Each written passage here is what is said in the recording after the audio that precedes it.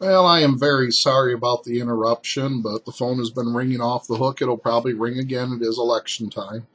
Um, I was talking about the fourth, I believe, circle, which is the application circle, where the kids have to draw a picture based on a description of one of the key settings in the story. So this one's pretty straightforward. It's one they can do at home.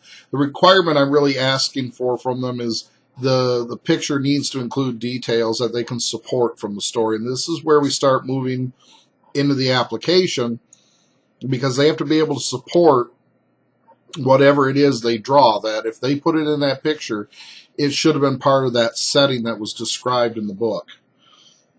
Circle 5 is now going to move us to a white circle, and circle 5 actually takes us into the Bloom level of analysis, where again we're moving in a much deeper knowledge now about the story. The kids on this one are, again, they're going to be drawing a picture, but this time they're going to go into the story and say, okay, I need to pick a piece of the story, an event in the story that I felt the story was expressing a feeling, that the story was trying to get a feeling from me, and I'm going to draw a picture of that. I'm going to pick up on the fact that, yeah, this part of the story was supposed to be getting a response from me. They're going to look for an exciting part of the story. Maybe there's an event that really drew them in.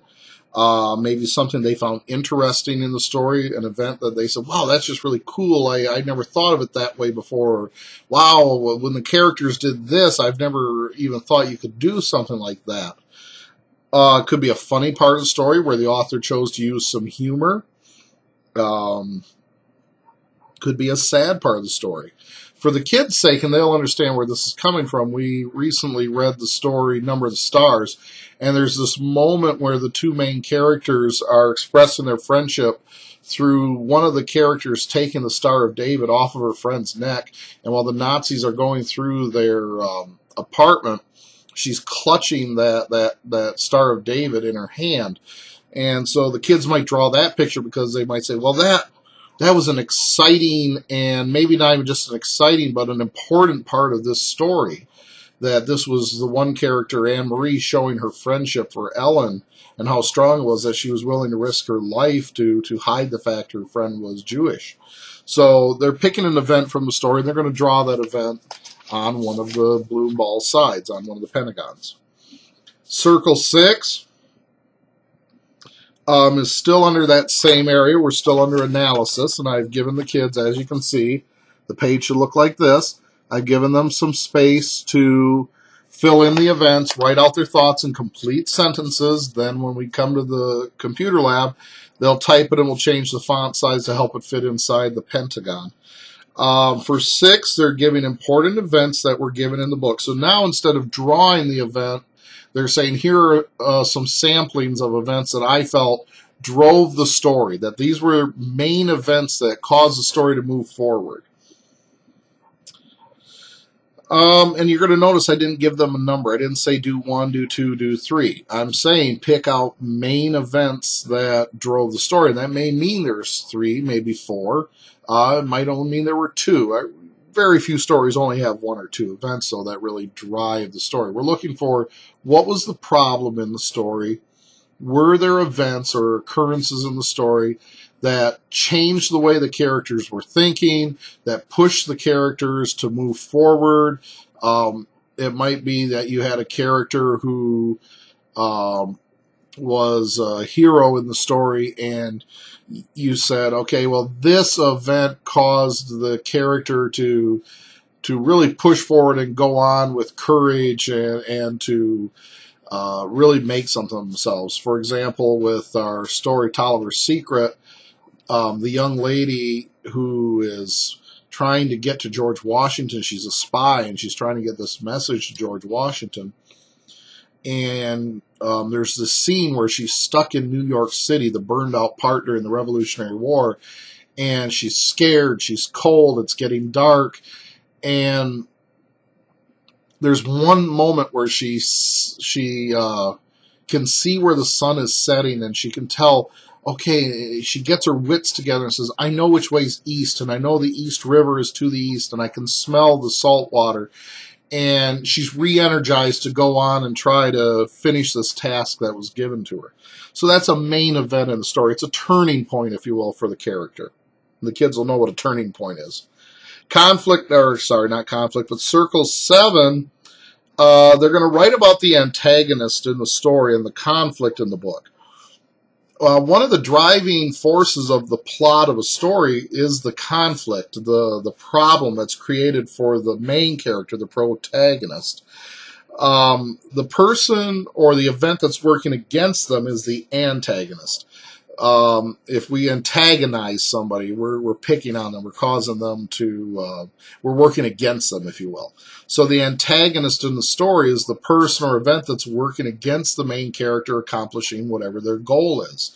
Usually it's the person who is the driving force behind the person's problem. So, for example, for the Harry Potter series, Lord Voldemort is the key antagonist. He's the one who is constantly working against Harry. So the antagonist, the kids are going to say, well, that's the bad guy. Well, sometimes the antagonist really is a bad guy. Other times the antagonist just has different interests, and they want what they want, and it's at odds or it's against what the main character wants. Circle 8, they're going to choose an idea about life that is shown in the book. Describe how it connects to today's world. Well, this is what we call a text-to-world connection, because the characters are taking something they read about in the story and they're saying, okay, I see either something a character has learned or an event that occurs that I can say, yeah, that's like something that's happening today. Or I see the character acting in a way and the kids say, hey, I've seen, or even myself, I've acted this way before. This is very high-level thinking, because the kids are now saying, not only am I going to recognize the events in a story, but I'm going to now say, hey, that event is like something in my life, or that action somebody took is an action I would take when something like that happens to me today. And they need to make sure they're example specific. So they're saying, here's what I saw happen in the book. Be specific, tell me what it is. And then in turn, in my life, this is where I see, and then be specific, explain what it is that's similar in their life. It's a really big jump when we start taking the ideas from a story and saying, I can pull something from my own life into this. I've been working with the kids on writing for a purpose. We're refocusing our writing right now to not just tell a story, but to have a purpose for that story. And really what this question is asking about is, what was the writer's purpose? What connection did they want you as the reader to make to their story? How are we doing on time? I better hurry. Circle 9. On the first blue circle, and again, you don't color them until we're all done. We'll color them lightly just before we assemble the ball. Write a bio poem. This is one they're going to do in school with me. We're going to do this during a writing time. I have a format they're going to follow. They're going to take one of the characters in their book and they're going to create a poem describing that character in the time that they've read about them, be it their whole life or a short period of time, that describes things like the character's thoughts, actions, physical traits, personality traits. It's all going to get rolled into a biography poem. And then that will, of course, be put onto one of the pentagons during computer time. Circle 10, in 5 or more complete sentences, write a different ending to the story.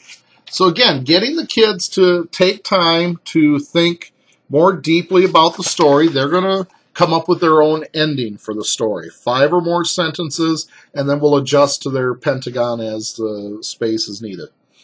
The final level is evaluation, and there's 2 things I'm asking the kids to do.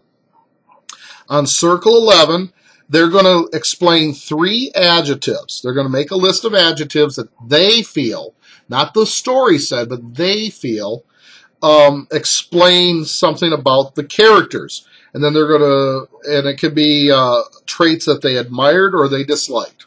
So again, they're going to list and explain 3 adjectives about one of the characters that either they admired or disliked. They're going to use those 3 adjectives, their choice of adjectives, preferably those things they believe about the characters. and then put those into sentences, use them to describe the character, and then explain why they feel that way. Support it. Why do you think that character was a wise person? If you say, my main character was a very wise young lady, ahead of her years, then you have to go back in the story and say, one example that supports this from the story is, and then give a real example from the story to support it. Circle 12, in 5 or more sentences, write an opinion about the book. Okay, we're ready now to totally evaluate this book. Tell why you would recommend this or not recommend this book to a friend. Try to be specific. You know, if you're going to say, I really recommend this, explain to me what about this book is something that I would want to read. When this project is done, I believe we set a due date of March 22nd. I will check that. When the project is done that day, we will be lightly coloring them and assembling them. And I think it'll be a great project. It's really going to make the kids read deeper into their books. I hope you all have a great evening. I'll talk to you later.